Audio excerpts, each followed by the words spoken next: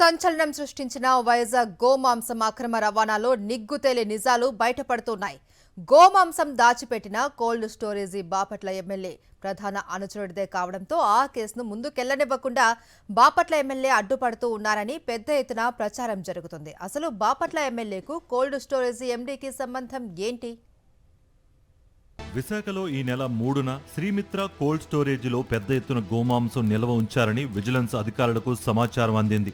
దాడులు జరిపిన విజిలెన్స్ అధికారులు అక్కడ అనుమతులు లేకుండా నిల్వ ఉంచిన 180 టన్నుల గోమాంసం గుర్తించారు.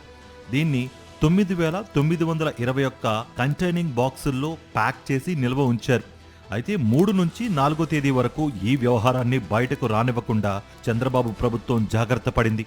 అయితే 4వ తేదీ శ్రీమిత్ర కోల్డ్ స్టోరేజీలో నిల్వ ఉంచిన గోమాంసం వ్యవహారం బయటకు రావడంతో పోలీసులు విచారణ చేపట్టారు.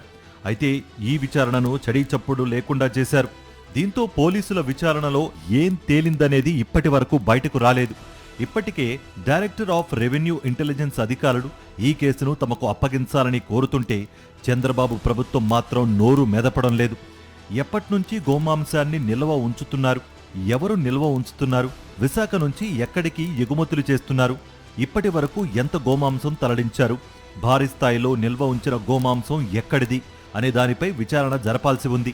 ఆ దిశగా దర్యాప్తు చేసేందుకు డిఆర్ఐ అధికారులు ముందుకొస్తున్నా చంద్రబాబు ప్రభుత్వం మాత్రం స్పందించడం లేదు.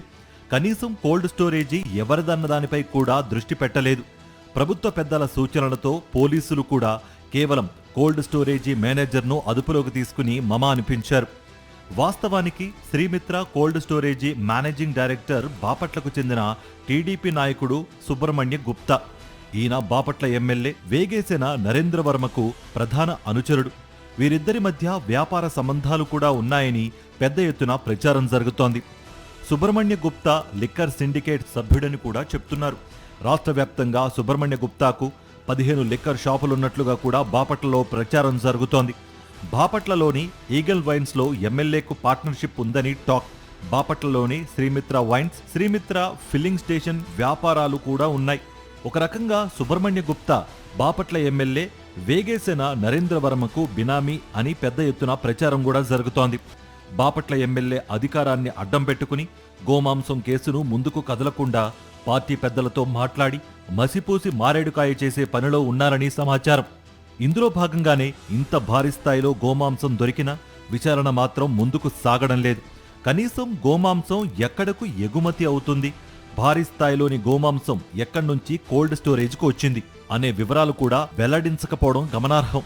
అయితే వైజాగ్ గోమాంసం కేసు నుంచి తనను బయటపడవేయాలని సుబ్రహ్మణ్య గుప్తా పెద్ద ఎత్తున లాబియింగ్ చేస్తున్నట్లుగా సమాచారం. ఇందుకోసం వైజాగ్కు చెందిన ఓ సీనియర్ టీడీపీ నేత ప్రస్తుత ఎమ్మెల్యే కుమారుణ్ణి సుబ్రహ్మణ్య గుప్తా కలిసినట్లుగా తెలుస్తోంది. మరోవైపు బాపట్ల ఎమ్మెల్యే నరేంద్రవర్మ కూడా ఈ వ్యవహారాన్ని సైలెంట్ చేసేందుకు ప్రభుత్వ పెద్దలతో టచ్లో ఉన్నారని పెద్ద ఎత్తున ప్రచారం జరుగుతోంది.